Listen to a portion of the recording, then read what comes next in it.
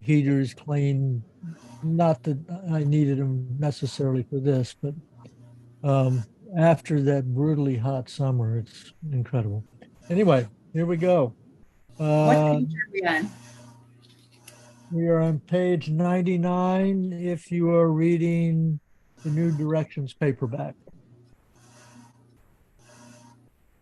So then that's what I'll tell the people. If you're watching this on YouTube video, Is that uh, chapter 20? that is chapter 20. We're Mm-hmm. beginning today at chapter 20, which is page 99 in my copy of the New Directions paperback. And with that, I will confirm. Can you hear me okay? Yes. Yep. All right, off we go. The president's indefinite manner of closing the interview had left some doubts in Stephen's mind. He was unable to decide whether the retreat upstairs was a breach of friendly relations or a politic confession of inability. However, as no definite prohibition had been pronounced upon him, he determined to proceed calmly on his way until he encountered a substantial check. When he met McCann again, he smiled and waited to be questioned. His account of the interview sent the rounds of the undergraduate class, went the rounds of the undergraduate classes, and he was much amused to observe the startled expression of many pairs of eyes, which, to judge from their open, humiliated astonishment, appeared to behold in him characteristics of a moral Nelson. Morris listened to his brother's account of his battle with recognized authority, but he made no remark upon it. Stephen himself, in default of another's service, began to annotate the incident copiously, expending every suggestive phase of the interview. He consumed much imaginative fuel in the diverting chase of the preamble, and his rapid, changeful courses kindled in him a flame of discontent for Morris's impassiveness. Next, please. Are you listening to me at all? Do you know what I'm talking about? Yes, it's all right. You can read your paper, can't you?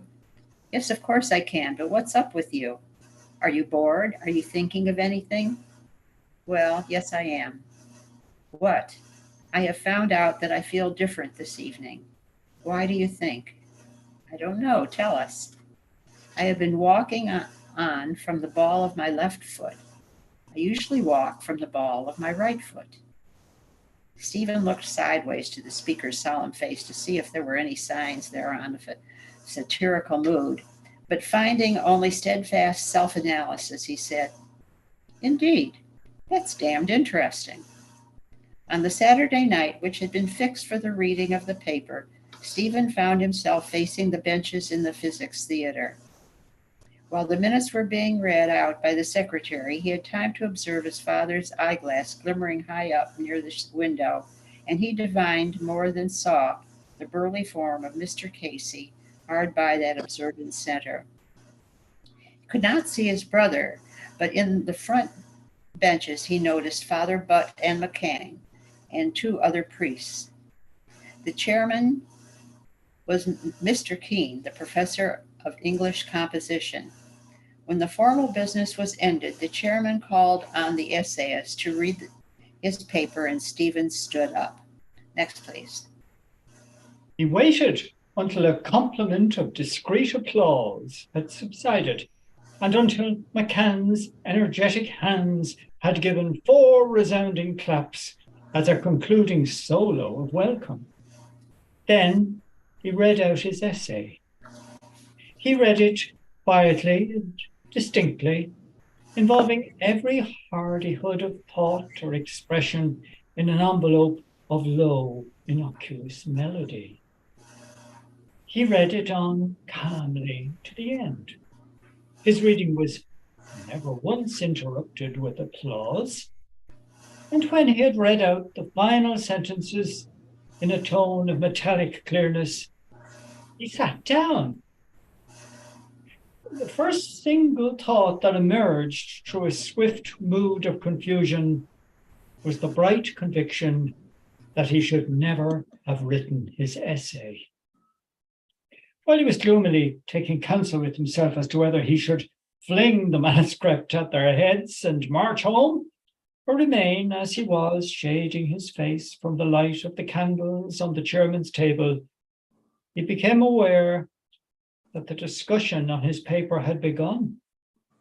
This discovery surprised him.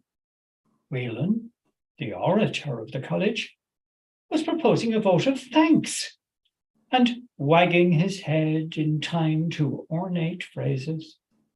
Stephen wondered, did anyone else observe the infantile movements of the orator's mouth? He wished that Whelan would shut his jaws with a clap so as to reveal the presence of solid teeth. The mere sound of the speech reminded him of the noise Nurse Sarah used to make when she mashed Isabel's bread and milk in the blue bowl, which his mother now used to hold starch. But he had once corrected himself for such a manner of criticism and strove to listen to the words of the orator. Tom. Whelan was profusely admiring. He felt, he said, during the reading of Mr. Dedalus' essay, as though he had been listening to the discourse of angels and did not know the language that they spoke. It was with some diffidence that he ventured to criticize, but it was evidence that Mr. Dedalus did not understand the beauty of the Attic theatre. He pointed out that Aeschylus was an imperishable name, and he predicted that the drama of the Greeks would outlive many civilizations. Stephen noticed that Whelan said yesterday twice instead of yesterday, in imitation of Father Butt, who was a South of England man, and he speculated as to whether it was a Dominican preacher or a Jesuit preacher who had given the orator his final phrase. Greek art, said Whelan, is not for a time, but for all times. It stands aloof, alone. It is imperial, imperious, and imperative. McCann seconded the vote of thanks which had been so ably proposed by Mr. Whelan, and he desired to add his tribute to Mr. Whelan's eloquent tribute to the essays of the night. There were perhaps many things in the paper which Mr. Dedalus had read to them, with which he could not agree, but he was not such a blind partisan of antiquity for antiquity's sake, as Mr. Whelan seemed to be. Modern ideas must find their expression. The modern world had to face pressing problems, and he considered that any writer who could call attention to these problems in a striking way was well worthy of every serious person's consideration. He considered that he was speaking for one and all of those present, and he said that Mr. Dedalus, by reading his frank and earnest essay that night, had conferred a benefit on the society. Next. The general diversion of the night began when these two opening speeches had ended. Stephen was subjected to the fires of 6 or 7 hostile speakers. One speaker, a young man named McGee, said he was surprised that any paper which was conceived in a spirit so hostile to the spirit of religion itself. He did not know if Mr. Dedalus understood the true purport of the theory he propounded, should find approval in their society. Who but the church had sustained and fostered the artistic temper? Had not the drama owed its very birth to religion? That was indeed a poor theory which tried to bolster up the dull dramas of sinful intrigues and to decry the immortal masterpieces. Mr. McGee said he did not know as much about Ibsen as Mr. Dedalus did, nor did he want to know anything about him, but he knew that one of his plays was about the sanitary condition of a bathing place. If this was drama, he did not see why some Dublin Shakespeare should not pen an immortal work dealing with the new main drainage scheme of the Dublin Corporation. This speech was the signal for a general attack. The essay was pronounced a jingle of meaningless words, a clever presentation of vicious principles in the guise of artistic theories, a reproduction of the decadent literary opinions of exhausted European capitals. The essayist was supposed to intend parts of his essay as efforts at practical joking. Everyone knew that Macbeth would be famous when the unknown authors of whom Mr. Dedalus was so fond were dead and forgotten. Ancient art loved to uphold the beautiful and the sublime. Modern art might select other themes, but those who still preserve their minds uncontaminated by atheistic poisons would know which to choose. The climax of aggressiveness was reached when Hughes stood up. He declared in ringing northern accents that the moral welfare of the Irish people was menaced by such theories. They wanted no foreign filth. Mr. Daedalus might read what authors he liked, of course. The Irish people had their own glorious literature where they could always find fresh ideals to spur them on to new patriotic endeavors. Next.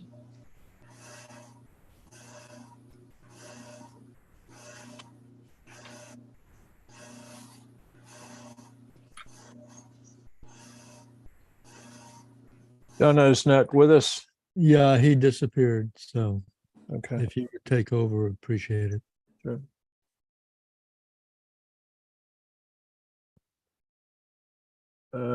Mr. Dulles was himself a renegade from the nationalistic ranks. He professed cosmopolitanism, but a man that was of all countries was of no country. You must first have a nation before you have art. Mr. Dulles might do as he pleased, kneel at the shrine of art with a capital A, and rave about obscure authors. In spite of any hypocritical use of the name of a great doctor of the church, Ireland would be on her guard against the insidious theory that art can be separated from morality. If they were to have art, let it be moral art, art that elevated, above all, national art, kindly Irish of the Irish, neither Saxon nor Italian. When the time had come for the chairman to sum up and to put the motion before the House, there was the usual pause. In this pause, Father Butt rose and begged leave to say a few words. The benches applauded with excitement and settled themselves to hear a denunciation ex cathedra. Father Butt excused himself amid cries of "No, no," for detaining his audience at such an advanced hour, but he thought he should enter a word in favor of the much abused essayist. He would be advocatus diaboli, and he felt the uncomfortableness of his office all the more, since one of the speakers had, not unjustly, described the language in which Mr. Daedalus's essay had been couched as a language of angels. Mr. Daedalus had contributed a very striking paper, a paper which had filled the House and entertained them by the lively discussion which it had provoked. Of course, everyone could not be of the same opinion in matters artistic. Mr. Daedalus admitted the conflict between romantics and classicals as a condition of the achievement, and they had certainly proof that night that a conflict between antagonistic theories had been able to produce such distinct achievements as the essay itself, a remarkable piece of work, on the one hand, and the memorable attack delivered by Mr. Hughes as leader of the opposition, on the other hand. He thought that one or two of the speakers had been unduly severe with the essayist, but he was confident that the essayist was well able to take care of himself in the matter of argument. As for the theory itself, Father Butt confessed that it was a new sensation for him to hear Thomas Aquinas quoted as an authority on aesthetic philosophy. Aesthetic philosophy was a modern branch, and if it was anything at all, it was practical. Next, please. Aquinas had treated slightly of the beautiful, but always from a theoretic standpoint. To interpret his statements practically, one needed a fuller knowledge than Mr. Daedalus could ever have of his entire theology. At the same time, he would not go so far as to say that Mr. Daedalus had really intentionally or unintentionally misinterpreted Aquinas. But just as an act, which may be good in itself, may become bad by reason of circumstances, so an object intrinsically beautiful may be vitiated by other considerations. Mr. Daedalus had chosen to consider beauty intrinsically and to neglect those other considerations. But beauty also has its practical side. Mr. Dedalus was a passionate admirer of the artistic, and such people are not always the most practical people in the world.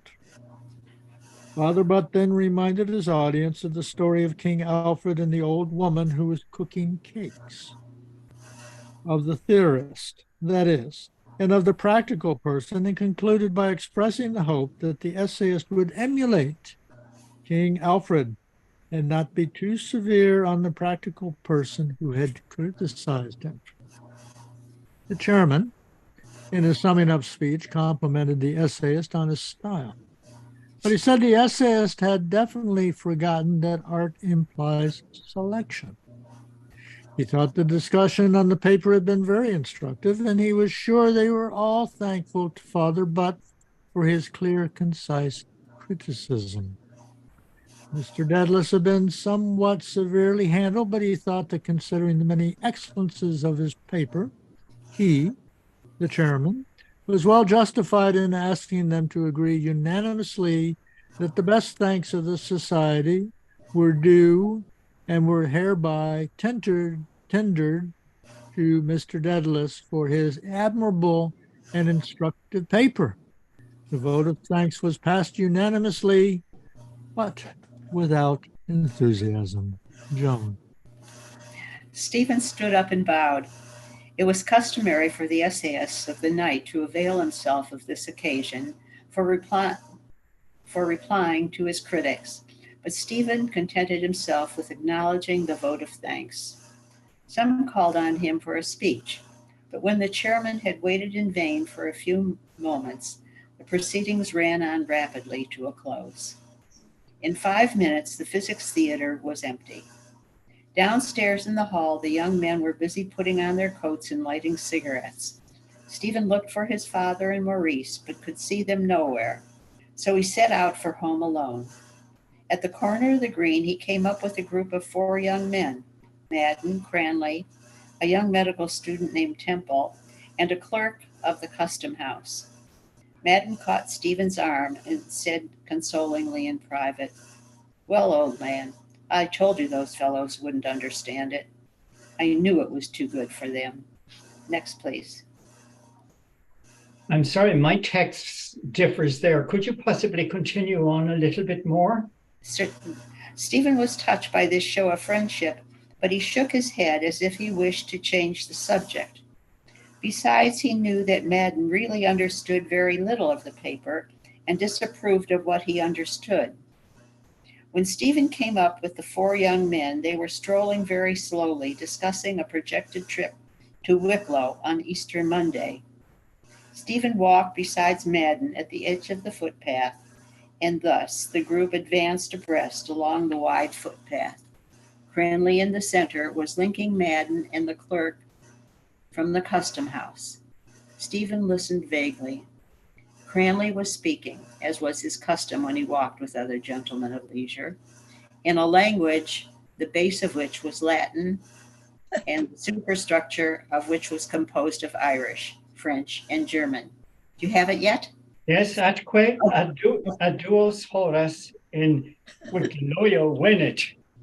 Damnum longum tempus pendit, said the clerk from the custom house. Quo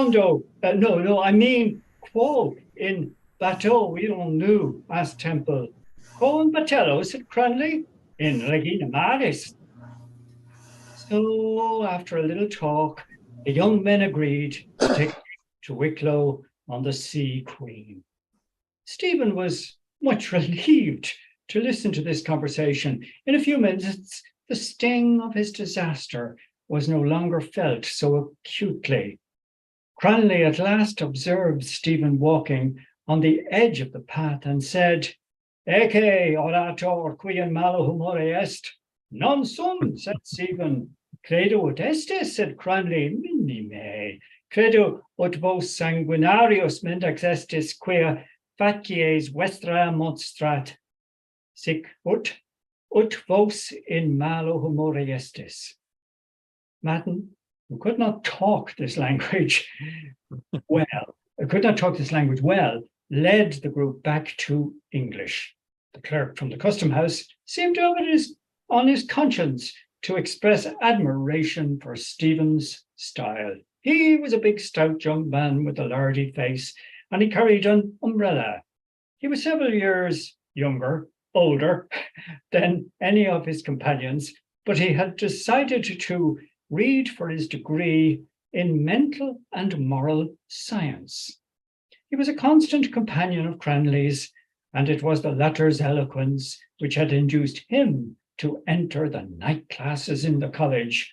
Cranley spent a great part of his time persuading young men to adopt different lines of life. The clerk from the custom house was named O'Neill. He was a very amiable person, always laughing asthmatically at Cranley's serious fooling. But he was interested to hear of any occasion whereby he might improve himself mentally. He attended the debating society and the meetings of the college sodality because he was thus brought into touch with university life. He was a circumspect young man, but he allowed Cranley to chaff him about girls.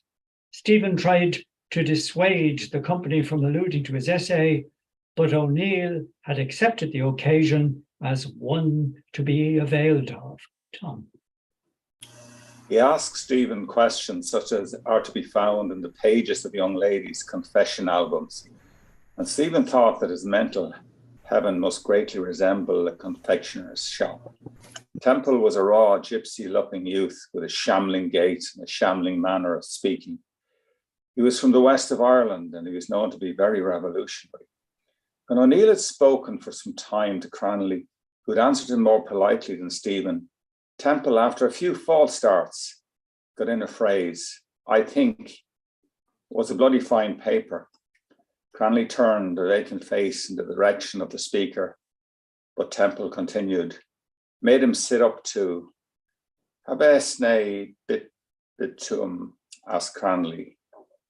Excuse me, sir, said Temple to Stephen across the intervening bodies. Do you believe in Jesus? I don't believe in Jesus, he added. Stephen laughed loudly at the tone of the statement, and he continued when Temple began to shamble through a kind of apology. Of course, I don't know if you believe in Jesus. I believe in man. If you believe in Jesus, of course, I oughtn't to say anything the first time I met you. Do you think that? O'Neill preserved a solemn silence until Temple's speech had faded into indistinct mutterings. Then he said, as if you were beginning an entirely new subject, it's very much interested in your paper and its speeches too. What did you think of Hughes? Stephen did not answer. Bloody cod, said. I thought his speech was in very bad taste, said O'Neill sympathetically. Bellum Bochum habit, said Cranley. Yes, I think he went too far, said Madden. But you see, he gets carried away by his enthusiasm. Patrioticus est. Yes, he is a patrioticus, said O'Neill, laughing wheezily. But I thought Father Butt's speech very good, very clear and philosophical. Did you think that? Cried Temple from the inside of the path to Stephen. Excuse me, I wanted to know what he thought of Butt's speech. He explained at the same time to the other 3. Did you think he was a bloody cod too? Stephen could not help laughing at this novel form of address, though Father Butt's speech had put him into anything but a charitable mood. It was just the kind of thing he gives us every day, said Madden. You know the style. The speech annoyed me, said Stephen curtly. Why was that? Said Temple eagerly. Why was it he annoyed you? Stephen made a grimace instead of answering. Bloody cod of a speech, said Temple. I'm a rationalist. I don't believe in any religion. Next. I think he meant part of his speech kindly, said Cranley slowly after a pause, turning his face full towards Stephen. Stephen answered his gaze, looking steadily into a pair of bright, dark eyes, and at the moment when their eyes met, he felt hope. There was nothing in the phrase to encourage. He doubted its justice very much, yet he knew that hope had touched him. He walked on beside the 4 young men, pondering. Cranley stopped before the window of a little huckster's shop in one of the mean streets through which they passed, staring fixedly at an old yellow copy of the Daily Graphic, which was hanging sideways on the glass. The illustration was a winter scene. No one said anything, and as silence seemed about to set in permanently, Maynard asked him what he was looking at. Cranley looked at his questioner and then looked back again at the dirty picture, towards which he nodded his head heavily. What is, asked Temple, who had been looking at some cold crubbins, pig's feet, cold crubbins in the next window. Cranley turned his vacant face towards his questioner and pointed to the picture, saying, "Werk en ice superstradum in Liverpoolio." Stephen's family circle was now increased by Isabel's return from her convent. That was some segue. For some time, she had been in delicate health, and the nuns had recommended that she should have home care. She came home a few days after the famous day of Stephen's paper. Stephen was standing at the little front window that looked towards the mouth of the river when he saw his parents walking from the tram with a thin, pale girl walking between them. Stephen's father did not like the prospect of another inhabitant in his house, particularly a daughter for whom he had little affection. He was annoyed that his daughter would not avail herself of the opportunity afforded her in the convent. But his sense of public duty was real, if spasmodic, and he would by no means permit his wife to bring the girl home without his aid. The reflection that his daughter, instead of being a help to him, would be a hindrance, and the suspicion that the burden of responsibility which he had piously imposed on his eldest son's shoulders was beginning to irk that young man, troubled his vision of the future. He had a taste for contrast, perhaps, which led him to expect industry and sobriety in his offspring, but it cannot be said that he desired any material re-exaltation. It was just this impalpable excellence which he wished his son to assert again in the teeth of Gaelic, German, and Latin. See the ice on the street in Liverpool. Feck should be spelled, oh, that's the note. F-E-U-K should be spelled F-E-U-C-H. In the teeth of circumstances which gained him a conditional pardon at Stephen's hands. But this slight thread of union between father and son had been worn away by the usages of daily life, and by reason of its tenuity and of the gradual rustiness which had begun to consume the upper station, it bore fewer and feebler messages along it. Next. Stephen's father was quite capable of talking himself into believing what he knew to be untrue. He knew that his own ruin had been his own handiwork, but he had talked himself into believing that it was the handiwork of others. He had his son's distaste for responsibility without his son's courage.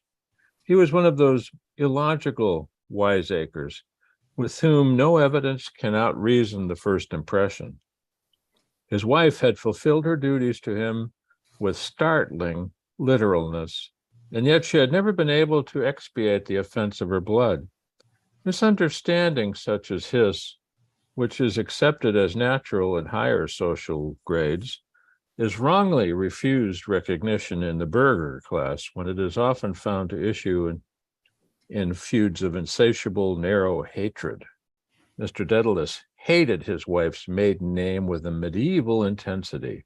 It stunk in his nostrils. His alliance wherewith was the only sin of which, in the entire honesty of his cowardice, he could accuse himself. Now that he was making for the final decades of life with the painful consciousness of having diminished comfortable goods and having accumulated uncomfortable habits, he consoled and revenged himself by tirades so prolonged and so often repeated that he was in danger of becoming a monomaniac. The hearth at night was a sacred witness of these revenges, pondered, muttered, growled, and execrated. The exception which his clemency had originally made in favor of his wife was soon out of mind, and she began to irritate him by her dutiful symbolism. The great disappointment of his life was accentuated by a lesser and keener loss, the loss of coveted fame. On account of a certain income and of certain sociable gifts, Mr. Dedalus had been accustomed to regard himself as the center of a little world, the darling of a little society. This position he still strove to maintain, but at the cost of a reckless liberality from which his household had to suffer both in deed and in spirit. He imagined that while he strove to retain this infatuating position, his home affairs would, through the agency of a son whom he made no effort to understand, in some divine manner right themselves. This hope, when indulged in, would sometimes embitter his affection for a son whom he thereby acknowledged as superior. But now that he was led to suspect that his hope was fatuous, an embitterment of that affection seemed likely to fix itself permanently among his emotional landmarks.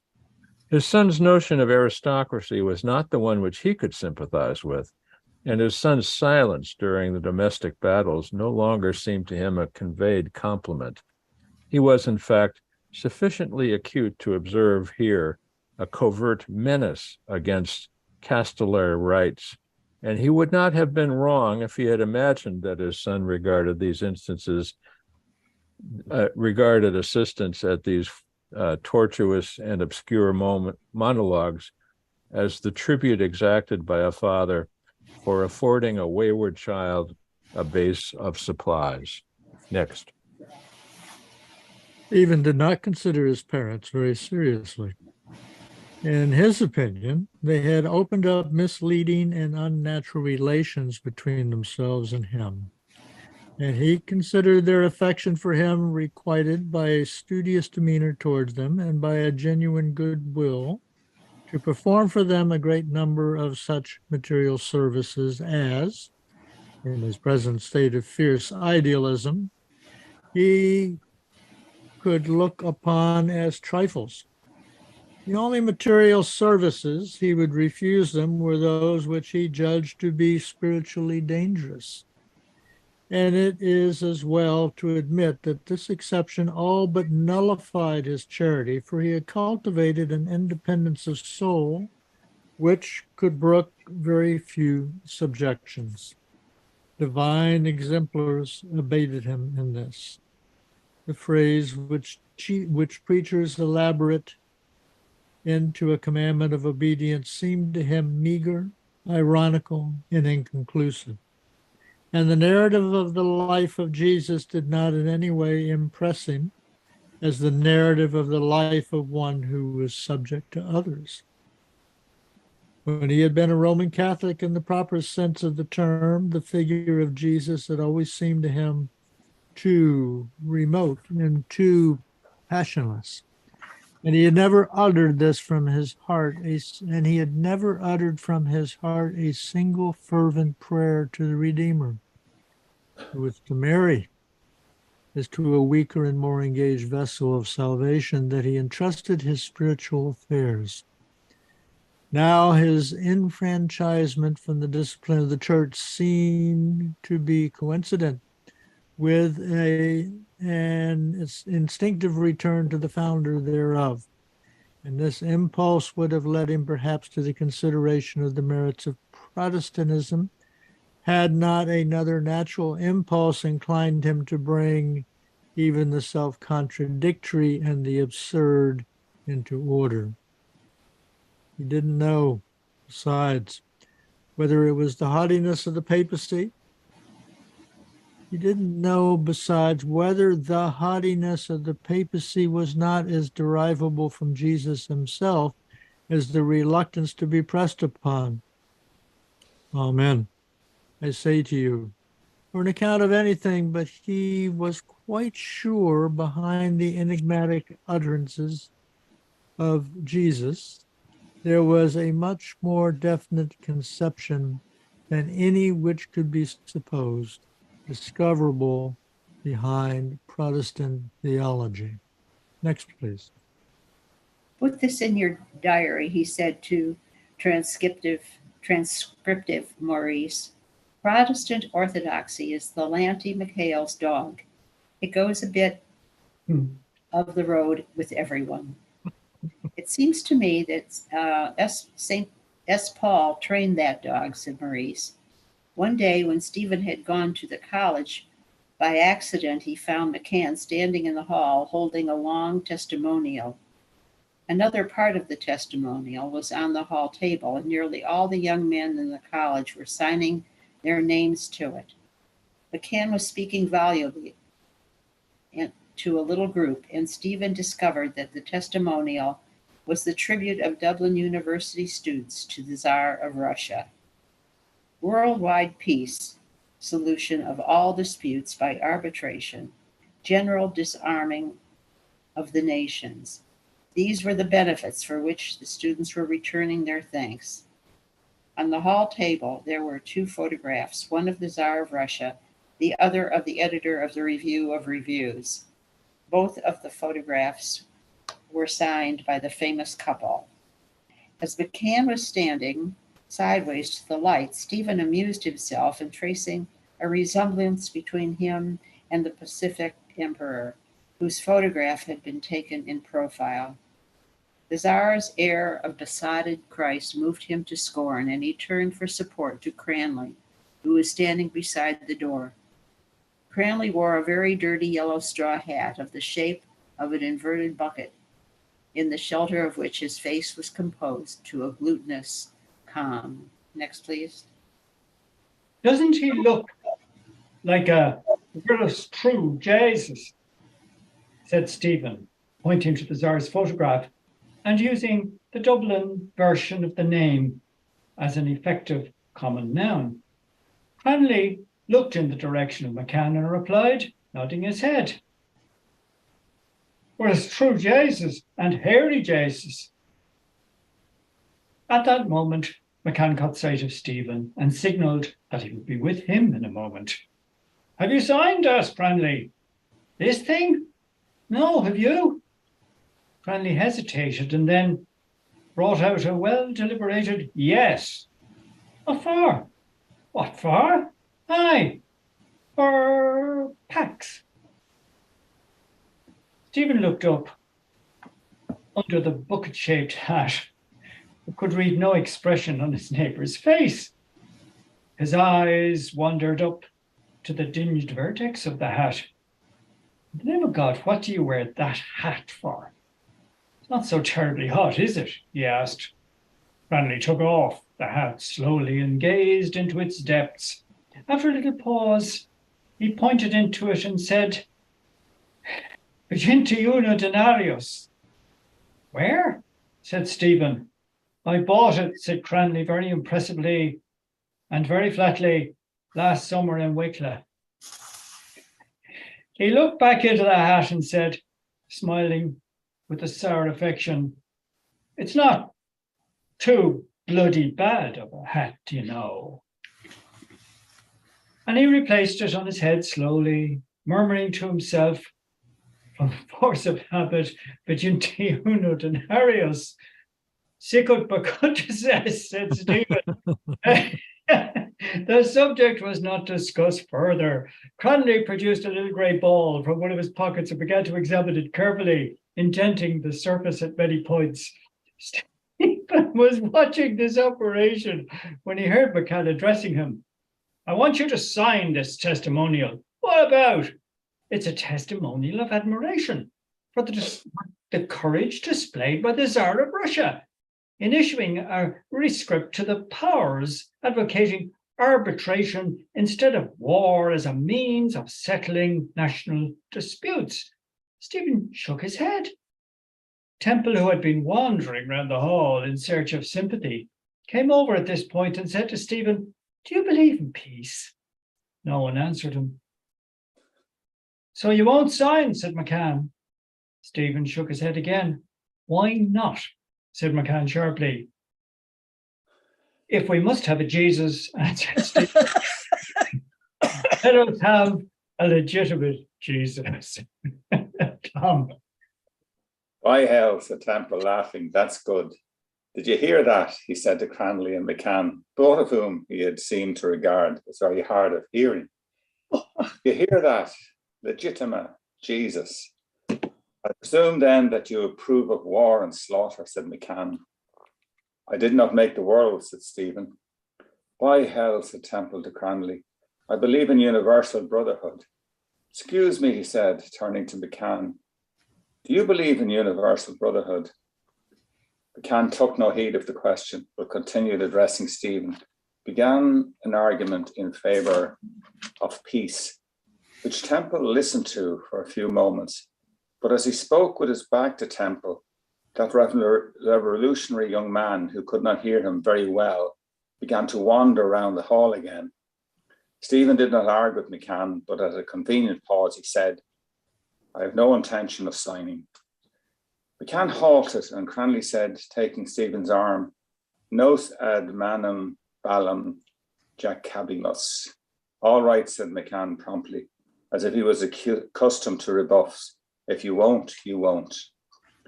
You went off to get more signatures for the SAR, while Cranley and Stephen went out into the garden.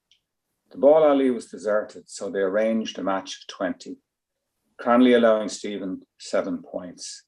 Stephen had not had much practice at the game, and so he was only 17 when Cranley cried out, game ball. He lost the second game also. Cranley was a strong, accurate player, but Stephen thought too heavy a foot to be a brilliant one. While they were playing, Madden came into the alley and sat down on an old box. He was much more excited than either of the players and kept kicking the box with his heels and crying out, now Cranley, now Cranley. But it's Steve. Cranley, who had to serve the third game, put the ball over the side of the alley into Lord Iva's grounds, and the game had to wait while he went in search of it. Stephen sat down on his heels beside Madden, and they both looked up at the figure of Cranley, who was holding on to the netting and making signals to one of the gardeners from the top of the wall. Madden took out smoking materials. Are you and Cranley long here? Not long, said Stephen. Madden began to stuff very coarse tobacco into his pipe. Do you know what, Stevie? What? Hughes doesn't like you at all. I heard him speaking of you to someone. Next. Someone is vague. He doesn't like you at all. His enthusiasm carries him away, said Stephen. On the evening of the Saturday before Palm Sunday, Stephen found himself alone with Cranley. The two were leaning over the marble staircase of the library, idly watching the people coming in and going out. The big windows in front of them were thrown, and the mild air entered through them. Do you like the services of Holy Week? Said Stephen. Yes, said Cranley. They are wonderful, said Stephen. Tenebrae, it's so damn childish to frighten us by knocking prayer books on a bench. Isn't it strange to see the Mass of the priest sanctified? No lights or vestments, the altar naked, the door of the tabernacle gaping open, and the priest lying prostrate on the altar steps? Yes, said Cranley. Don't you think the reader who begins the Mass is a strange person? No one knows where he comes from. He has no connection with the Mass. He comes out by himself and opens a book at the right-hand side of the altar. And when he has read the lesson, he closes the book and goes away as he came. Isn't he strange? Yes, said Cranley. You know how his lesson begins. Dixit enam Dominus, in tribulations sua consurgit ad me, venite et revertamur ad Domino. He chanted the opening of the lesson in mezzo voce, and his voice went flowing down the staircase and round the circular hall, each tone coming back upon the ear enriched and softened. He pleads, said Stephen. He is what that chalk-faced chap was for me, advocatus diaboli. Jesus has no friend on Good Friday. Do you know what kind of a figure rises before me on Good Friday? What kind? An ugly little man who has taken into his body the sins of the world. Something between Socrates and a Gnostic Christ, a Christ of the Dark Ages. That's what his mission of redemption has got for him, a crooked, ugly body for which neither God nor man have pity. Jesus is on strange terms with that father of his. His father seems to me something of a snob. Do you notice that he never notices his son publicly but once, when Jesus is in full dress on the top of Thabor? I don't like Holy Thursday much, said Cranley. I Neither do I. There are too many mamas and daughters going chapel hunting. The chapel smells too much of flowers, hot candies, and women. Besides, girls praying put me off my stroke. Do you like Holy Saturday? The service is always too early, but I like it. I like it. Yes, the church seems to have thought the matter over. And we say, well, after all, see, it's morning now, and he wasn't so dead as we thought he was. The corpse has become a Paschal candle with 5 grains of incense stuck in it instead of its 5 wounds. The 3 faithful Marys, too, who thought all was over on Friday, have a candle each. The bells ring, and the service is full of irrelevant hallelujahs.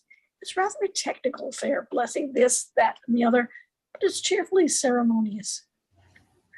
But you don't imagine the damn fools of people see anything in these services, do you? Do they not? Said Stephen. Bah, said Cranley. Next. One of Cranley's friends came up the stairs while they were talking. He was a young man who was by day a clerk in Guinness's brewery, and by night a student of mental and moral philosophy in the night classes at the college. It was, of course, Cranley who had induced him to attend. This young man, who was named Glynn, was unable to keep his head steady as he suffered from an inherited nervousness, and his hands trembled very much whenever he tried to do anything with them. He spoke with nervous hesitation and seemed to obtain satisfaction only in the methodic stamp of his feet. He was a low-sized young man, with a nigger's face and the curly black head of a nigger. He usually carried an umbrella, and his conversation was for the most part a translation of commonplaces into polysyllabic phrases. This habit he cultivated partly because it saved him from the inconvenience of cerebrating at the normal rate, and perhaps because he considered it was the channel best fitted for his peculiar humor. "Here is Professor Bloody Big Umbrella Glynn," said Cranley. "Good evening, gentlemen," said Glynn, bowing. "Good evening," said Cranley vacantly. "Well, yes, it is a good evening." "I can see," said Glynn, shaking a trembling forefinger in reproof, "I can see that you are about to make obvious remarks."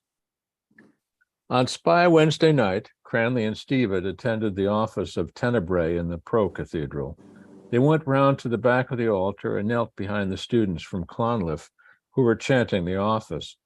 Stephen was right opposite Wells, and he observed the great change which a surplice made in that young man's appearance.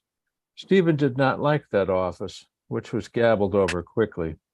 He said to Cranley that the chapel with its polished benches and incandescent lamps reminded him of an insurance office. Cranley arranged that on Good Friday they should attend the office in the Carmelite Church, Whitefriars Street, where, he said, the office was much more homely. Cranley accompanied Stephen part of the way home and explained very minutely, using his large hands for the purpose, all the merits of Wicklow bacon.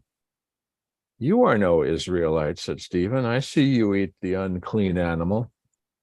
Cranley replied that it was nonsense to consider the pig unclean because he ate dirty garbage, and at the same time to consider the oyster, which fed chiefly on excrements, a delicacy. He believed that the pig was much maligned. He said there was a lot of money to be made out of pigs. He instanced all the Germans who made small fortunes in Dublin by opening pork shops. "I often thought seriously," he said, stopping in his walk to give emphasis to his remark, "of opening a pork shop, and putting Kramliberg or some German name, over the door, and making a flaming fortune out of pig's meat." "God bless us," said Stephen. "What a terrible idea." "Aye," said Cranley, walking on heavily. "Flamin' bloody fortune I'd make." Next, please.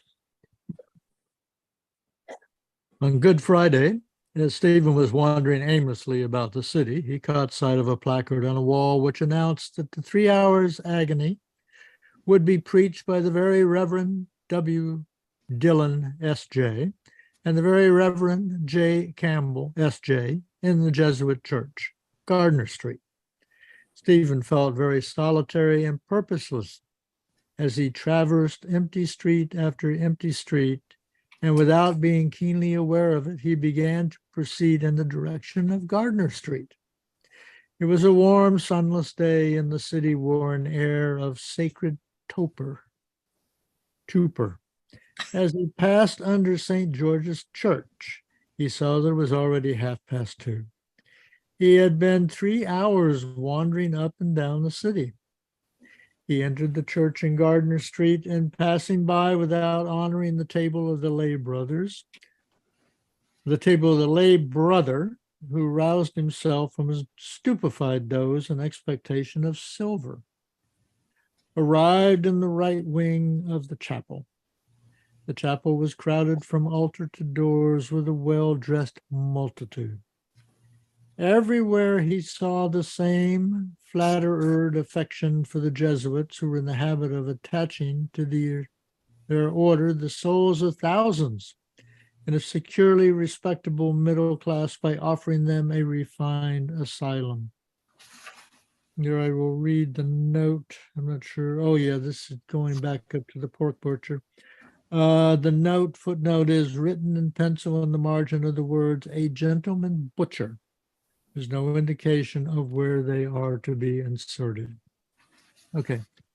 Let me read the last sentence there. Thousands of insecurely respectable middle class by offering them a refined asylum, an interested, a considerate confessional, a particular amiableness of manners which their spiritual adventures had in no way entitled them to. Not very far from the shelter of one of the pillars, Stephen saw his father and two friends. His father had directed his eyeglass upon the distant choir, and his face wore an expression of impressed piety. The choir was executing some florid tracery which was intended as an expression of mourning. The walk, the heat, the crush, the darkness of the chapel overcame Stephen, and leaning against the lintel of the door, he half closed his eyes and allowed his thoughts to drift. Rhymes began to make themselves to his head. Next, please. He perceived dimly that a white figure had ascended the pulpit, and he heard a voice saying, "Consummatum est." He recognized the voice, and he knew that Father Dillon was preaching on the seventh word. He took no trouble to hear the sermon, but every few minutes he heard a new translation of the word rolling over the congregation. It is ended. It is accomplished. This sensation awoke him from his daydream, and as the translations followed, each one another more and more rapidly, he found his gambling instinct on the alert. He wagered with himself as to what word the preacher would select. It is accomplished, it is consummated, it is achieved. In a few seconds, which intervened between the first part and the second part of the phrase, Stephen's mind performed feats of divining agility. It is finished, it is completed, it is concluded. At last, with a final burst of rhetoric, Father Dillon cried out that it was over, and the congregation began to pour itself out into the streets. Next, please. Stephen was borne along in the crowd, and everywhere about him he heard the same murmurs of admiration and saw the same expressions of satisfaction, discreet murmurs, subdued expressions. The special charges of the Jesuits were congratulating themselves and one another on a well-spent Good Friday. To avoid his father, Stephen slipped round towards the body of the chapel and waited in the central porch while the common people came shuffling and stumbling past him. Here also there was admiration, satisfaction. A young workman passed out with his wife, and Stephen heard the words, "He knows his theology, I tell you." Two women stopped beside the holy water font, and after scraping their hands vainly over the bottom, crossed themselves in a slovenly fashion with their dry hands. One of them sighed and drew her brown shawl about her, and his language said the other woman. Ah, yes. Here the other woman sighed in her turn and drew her shawl about her. Only, said she, God bless the gentleman. He uses the words that you nor me can't interpret. Footnote, after this, written in pencil are the words, if I told them there is no washer in the pot to symbolize that Christ has washed us in blood, we have no need of other aspersions. Tom. Yeah, so I've got two sorts of organization in conflict in me, and one is it is just a few minutes after 2, and we've arrived at a new chapter, and it's kind of satisfying in some ways to begin with a new chapter in our next reading. The other conflict is it's also satisfying to give everybody an equal number of turns in reading. So I do not know how to resolve this conflict, but I think that there's quite a bit in here, what we've already read, to go over. So I think it's nice to end at the end of a chapter or something. Yeah. Okay. All right. Well, let's go ahead and talk about. There's a number of things in here which I found really interesting, which I would like to hear some others' opinions about.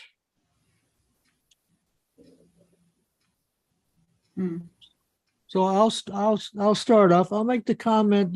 Stephen made his talk, and I was actually impressed with how civilized everything was.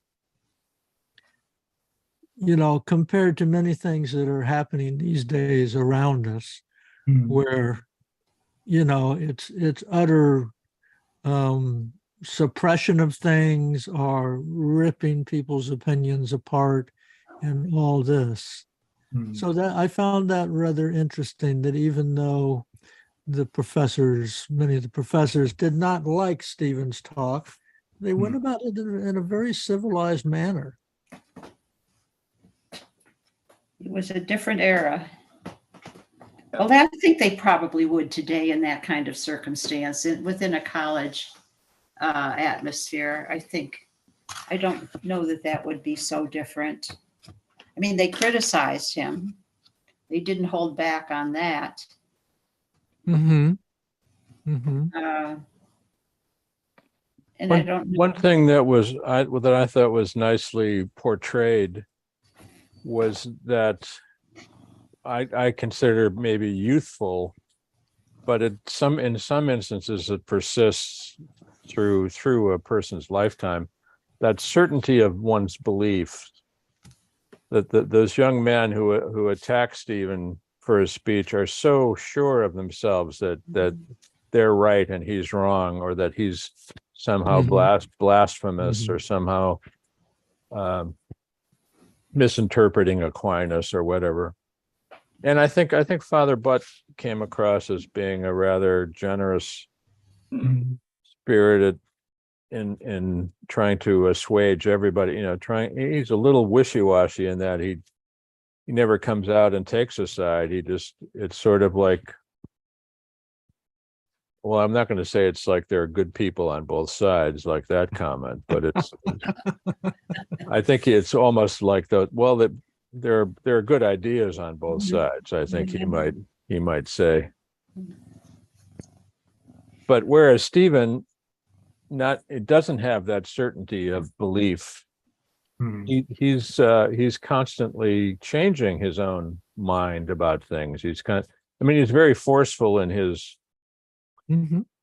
convictions when he has them, but he's just as likely to rethink things and come out with another strong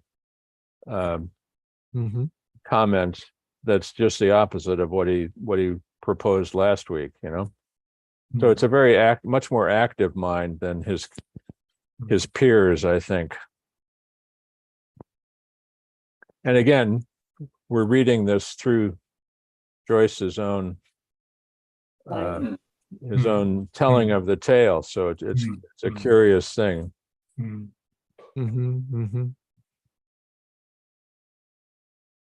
Yeah, but I don't think I'm confident. I'm confident that if they had been really brutal, that he would have reported it as being really brutal. So, and I like the contrast between what happens in this formal setting and then the interactions that happen about the signing of the peace petition and how his quote peers or friends react to his refusal to sign it. I found it myself to be a very interesting contrast. I thought Father Butt especially was very, as you said, polite and that, you know. But later on, it says that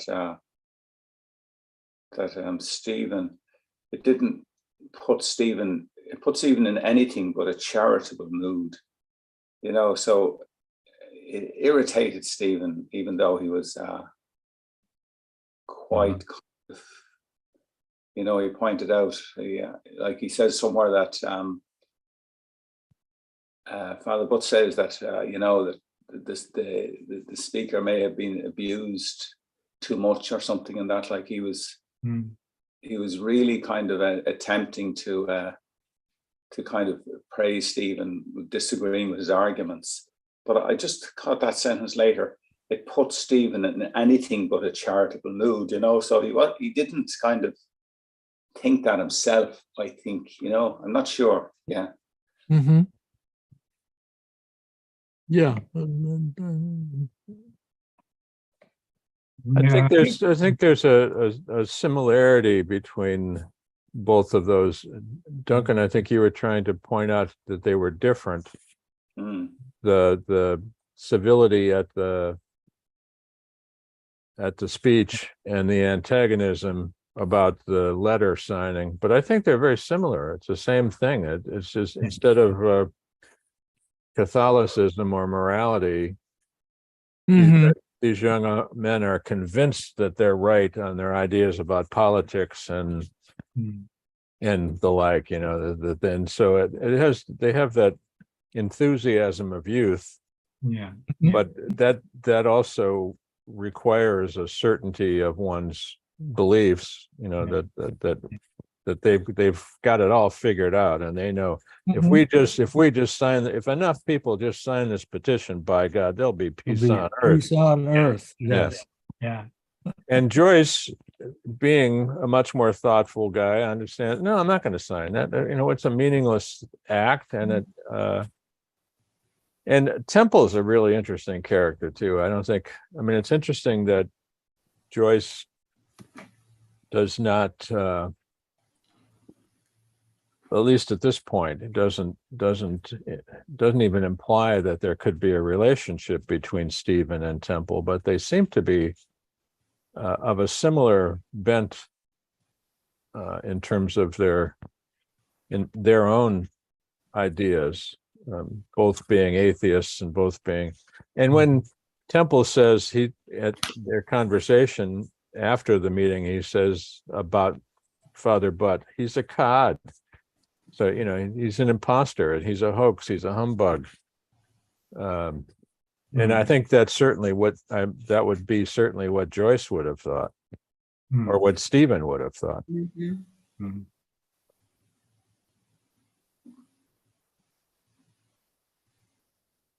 I would say that part of the thing that seems to be going on is when we get into the description of the father,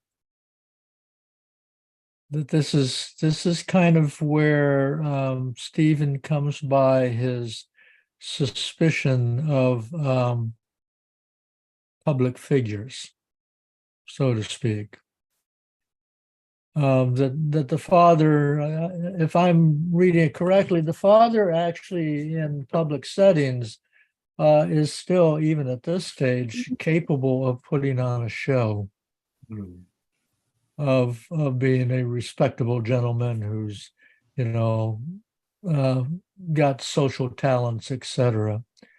But of course, when he's at home, he lets everything hang fire, as they say, and doesn't put up any pretenses. He lets his full irascible character shine, which I assume this is part of where the character of Stephen Dedalus gets his suspicion of all authority figures. He doesn't outrightly say that his father drank too much. He just infers it, which I thought was kind of interesting. That was just a little point. I think it goes back. Well, I mean, this isn't Portrait of the Artist, but I think Stephen's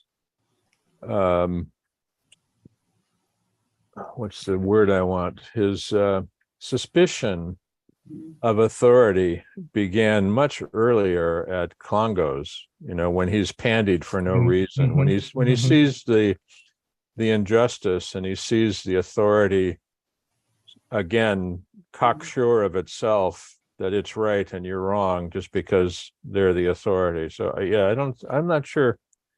I mean, I think he recognized his father as being I wouldn't say a hypocrite, but certainly a saint in public and a devil at home, which many families know that situation with a parent or two.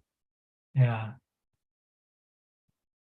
The thing about having a teenage son, we might call this Stephen, you know, many fathers will have experienced being wrestled to the ground mentally by the time they've eaten their breakfast by a teenage boy. That was morning after morning after morning, you know. So as you get older, you see the other side of that coin. I speak as a former teenage boy.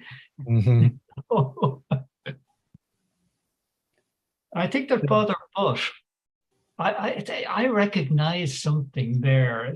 This is like a college debating society, and you know, run by priests.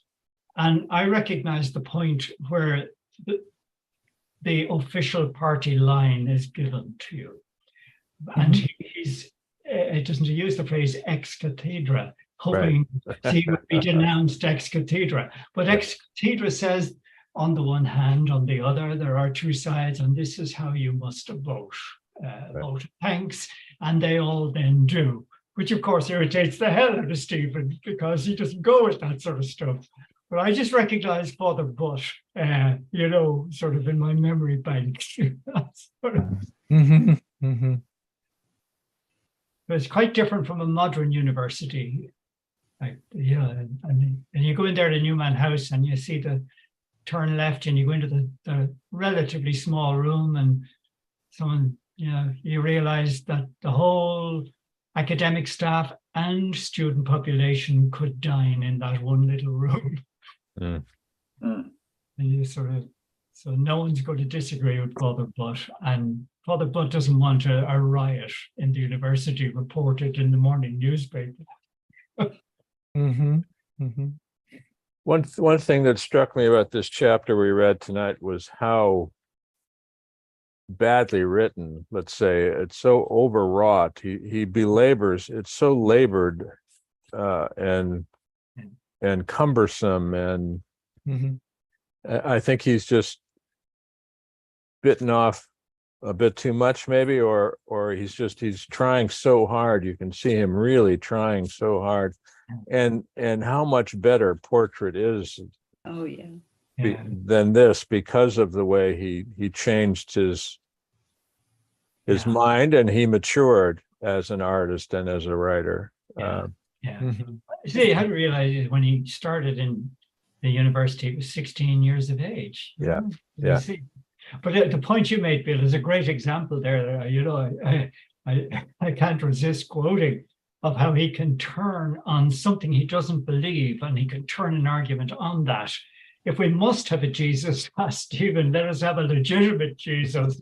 You know, he could outmaneuver them in their own terms. It's fantastic. Mhm, mhm. Well, one of the benefits that I receive from us reading this Oops. There Yep. goes a go. There goes the cat. book. I see. Okay. No harm done. Okay, that's excellent then. One of the benefits I get from reading this book, in addition to all the little peeks around corners, because he is more, in a sense, more naked in his writing here. The writing is nowhere near as good as portrait, but he's also a little bit more naked in some instances. But it really does seem to demonstrate that if you want to be a writer, start writing and make all your mistakes, make a lot of mistakes, and and realize that the writing is in the editing. It's not in the the number of people can sit down and dash off a book without years of editing the book. It's just that's a mythology number one. So And again, Go ahead. no.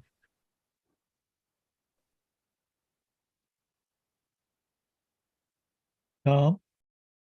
No, I just think he's so good on religion, and also it's a tremendous act of observation and description, of all the different students, the composition of his father, and the facets of religion that he's able to move around and kind of look at during the conversation. That there was a sentence there where we talked about Jesus, where they said he wasn't as dead as they thought he was. It's a fascinating thing when you think of the resurrection and all this kind of stuff. It's a fabulous kind of a sentence. He wasn't as dead as they thought he was. Yeah. And the other thing, when they're passing him out in the church, when the crowds are going out and he's standing, and he has that term, refined asylum. I think that's a great, two other great words. The way, and he's doing this all the time, Joyce, just describing things and observing things, and it's fabulous. Yeah. It's another just a example of his art and his method, because he'll take these same instances, these same characters, or these same ideas, and then in the next book or in a short story, he'll change their names. He'll put the words in somebody else's mouth, but they're the same words. I mean, and I'm sure it sounds to me like that idea of he wasn't as dead as they thought he was. It sounds like something he heard somebody say, or maybe his father said, or something he thought of that he wrote down for later use. And that's a real Dublin phrase, hasn't it? Yeah. Which has a ring to it. And the first time we hear about the St. George's Church is here, Yeah, right. As you say, right through his work, going to hear this book. Yeah, when I was in Dublin last, I stayed up on Gardner Street. So I passed the Jesuit church and St. George's all the time. It was really great to be up there. Yeah. Because I can picture exactly where they were, where he overheard the conversations on the porch and the like. It's nice. Yeah, exactly. It's almost like a diary, isn't it? Yeah. Alan Joyce's I won't say adolescent diary. Fantastic. That's a great phrase, Duncan, that Joyce is more naked in this. He's young, there's more of him uncovered. Yeah, and it's whoever, if it was thrown in the fire and if someone saved it, hallelujah. There's something of even in Ulysses though too. He's there's no question about it, him being more naked, but he never well,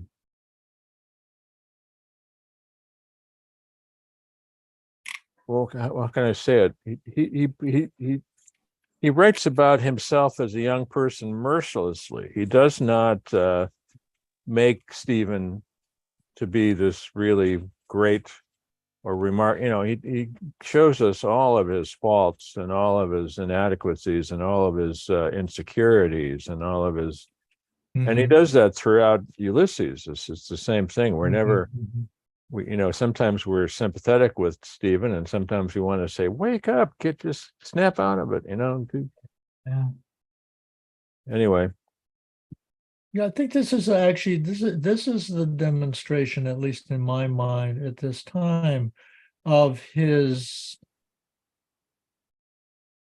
art aesthetic theory, that if you're going to be art, you have to be able to step back and look at things dispassionately. You can't just be pulled along by your emotion. And I think his ability to dissect himself and his own behavior is like the epitome of that demonstration. Yeah.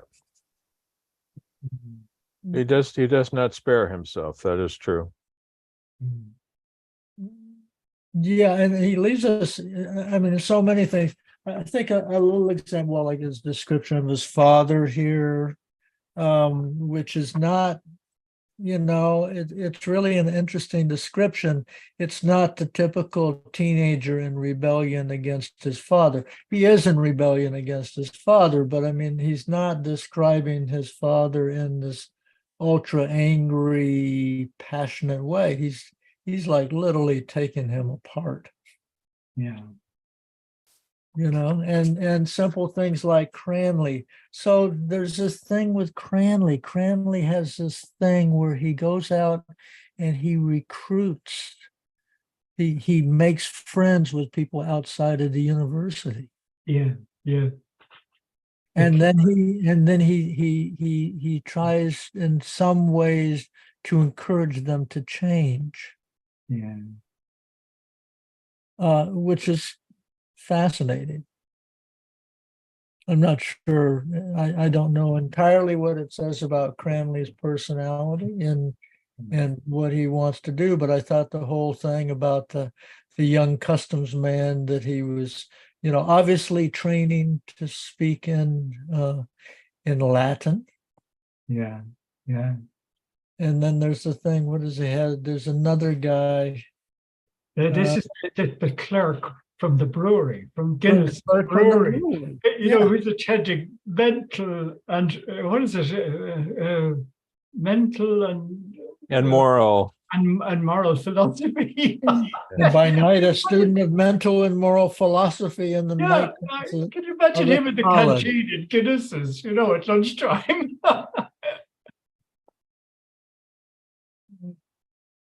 Fantastic.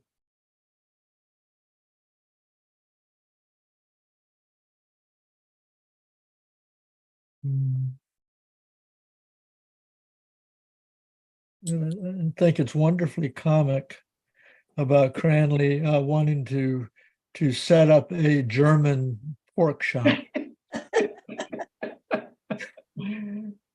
Cranley really understands the modern world.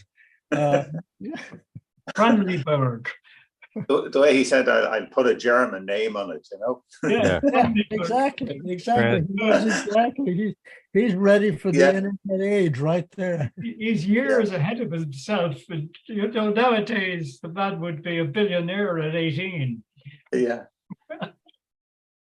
Isn't that kind of typical of not girls so much, but of young men? They're always getting ideas, the crazy, and they know they're kind of crazy, I think, when they have them, but it's something that gets into their head, and they They have to talk about it and think about it. And I tell you, that takes you places as a kid. That she wouldn't go.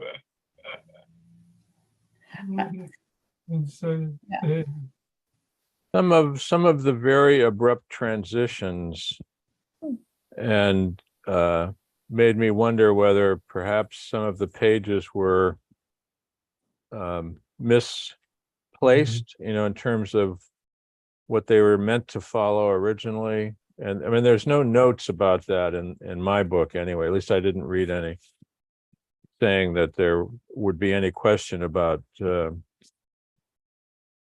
order of the events. But it seems like there's the transition is so abrupt, and I know Joyce does that even in portrait, but it's usually with a break, like an asterisk. Or, he indicates that there's a change, even though it's not the end of a chapter or the end of an episode, but there's a change and a transition.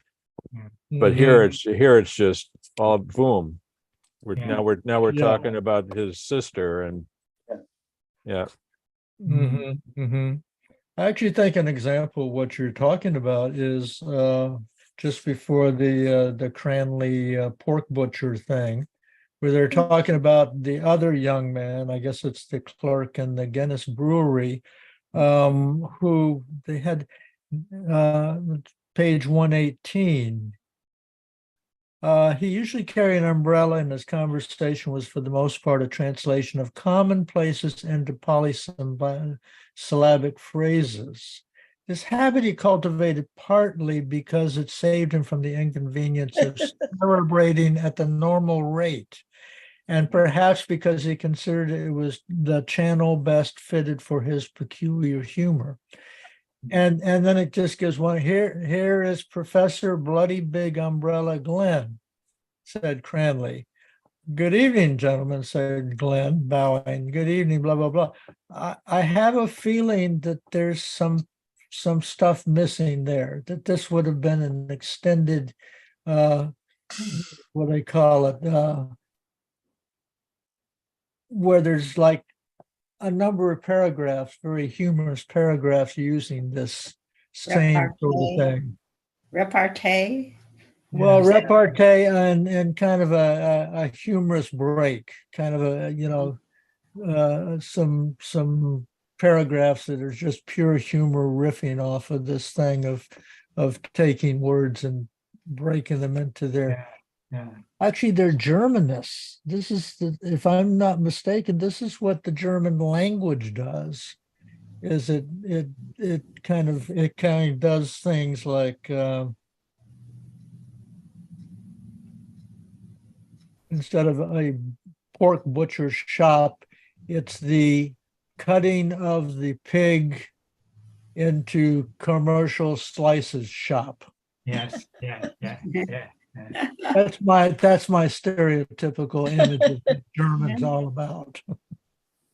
Yeah, I didn't quite see it that way. I thought Joyce was being humorous in his introduction to Glenn when he uses the word cerebrating.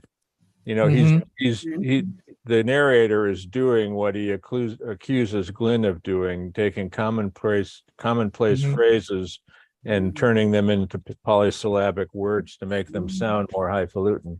Yeah. So he doesn't say he's incapable of thought. He says he's not over cerebrating. And then you see him with his umbrella. Here comes Big Bloody Glenn. Big Bloody Umbrella Glenn. Yeah, well, the inconvenience of celebrating at the normal rate. At the normal rate, right. Very indirect way of saying Glenn's He's a stupid. little on the slow side. Yeah. And then out of nowhere, we're in the Pro Cathedral on Spy Wednesday night. Yeah. Immediately, right? Yeah. So at that point, there just seemed to be even 3 asterisks missing there, as you say. Right. Yeah. And they use all the religious names of the days.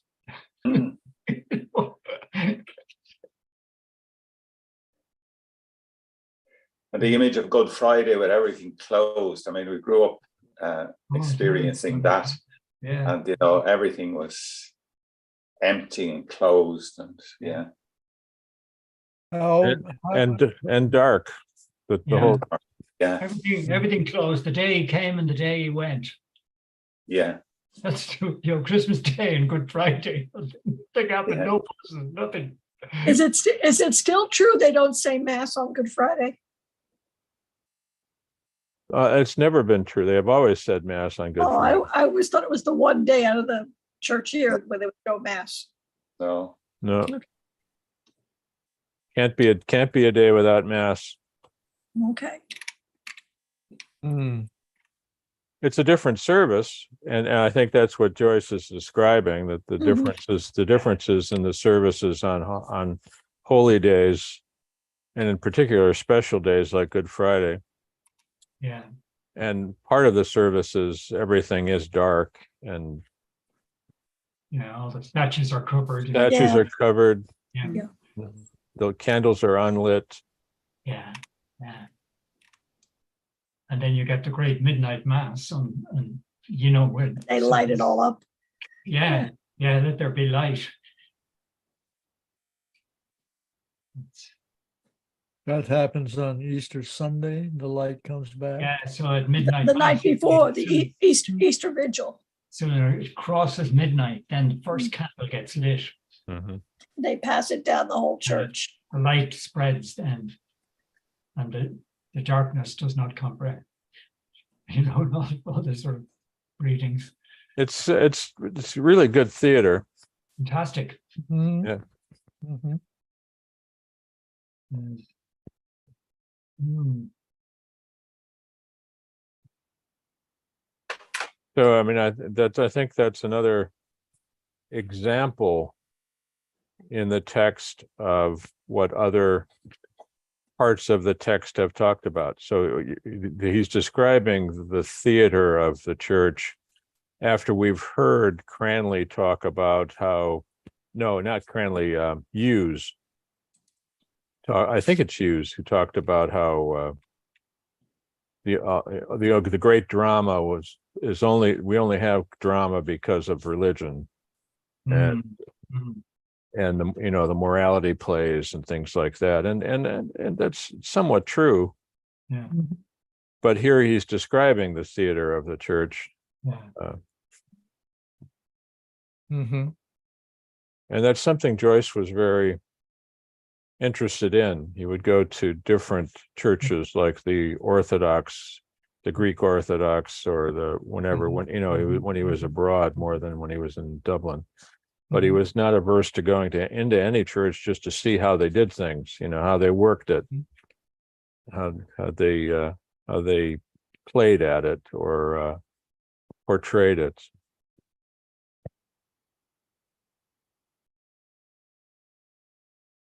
I think even later when he was in Paris and that, somebody describes him going down to the church, especially around Easter and that. Easter. And he was interested in the renewal, the transformation, the water, the fire, whatever. Yeah. And he'd still go down and kind of then leave, I think. Somebody describes that, one of them. Music. Fellow writers. Yeah.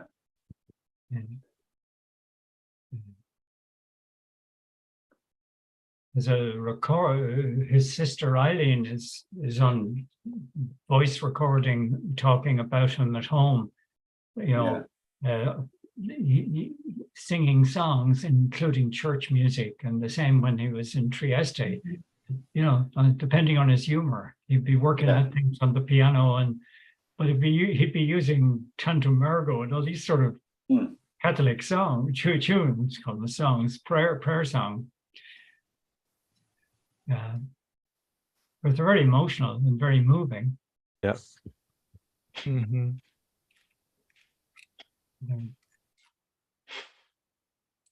Or perhaps he could be described, at least at a certain point, as a disappointed Catholic. Yeah. That the church simply, just like Dante was a disappointed Catholic in the sense that the corruption and the misuse of doctrine was extremely upsetting. Mm. A pier is a disappointed bridge.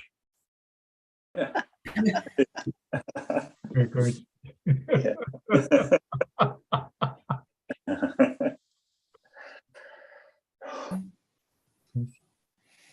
Mm. A deeply satisfying book, isn't it? Yeah. Lots to look into and to contemplate, and it's There's just that piece there that it reminded me of about the, where he says Protestant orthodoxy is like Lanty McHale's dog. It goes a bit of the road. Yeah. And Morris says, it seems to me that St. Paul trained that dog, Yeah. Bit of the road and everyone. Yeah, Is that the phrase? Is it Lanty? Is it a dog or a goat? Lanty McHale's goat that goes a bit of the road everywhere. Is it a dog? I can't remember. I think it was a dog. I think Lana McCree's dog, I think. Well, I'm not sure. So, yeah. Goats shouldn't really be wandering the road. Probably a goat. Yeah. Probably a goat as well, yeah. Yeah. but let me tell you, goats are incredibly curious creatures, Yeah. and if you don't have strong fences or a good herd dog, they will go everywhere, up, down, in, out. They're.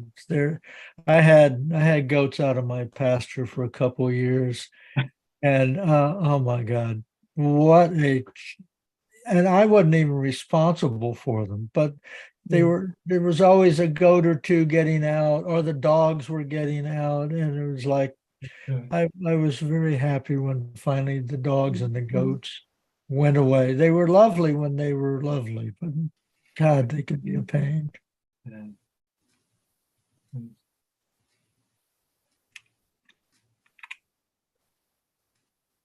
All right. Other comments, observations?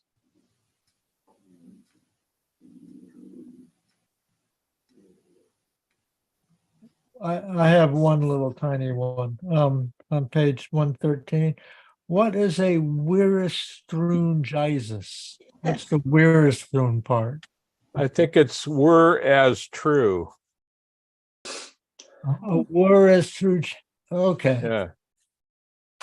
So if it were as true, I mean, so a pretend Jesus. Where is true, Jesus? Thank you.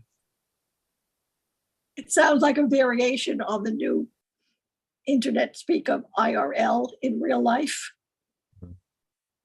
Yeah.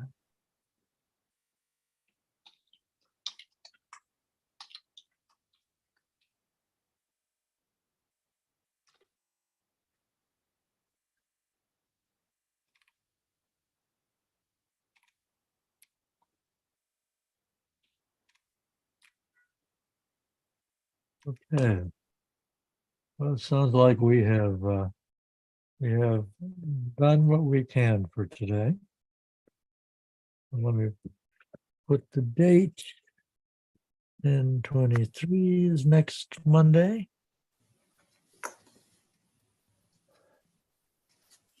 And 23/23. Mhm. All right. Assuming the world is still existing next Monday, we will gather together again. I tell you, it's getting a little too exciting for me. It's terrible. So it goes. I'm delighted to have such a delightful reading group that this can take my mind Mind off of it. Yeah. and so I always look forward to this. Couldn't be worse. Well, unfortunately, it could be much worse. Well, I think it will be. We must do what we can in this perilous age. Mm. So thank you very, very much. Okay. Thank you, Thank Don. you. Thank you, Thank everyone. you. See Thank you you, next time. Don. Bye-bye.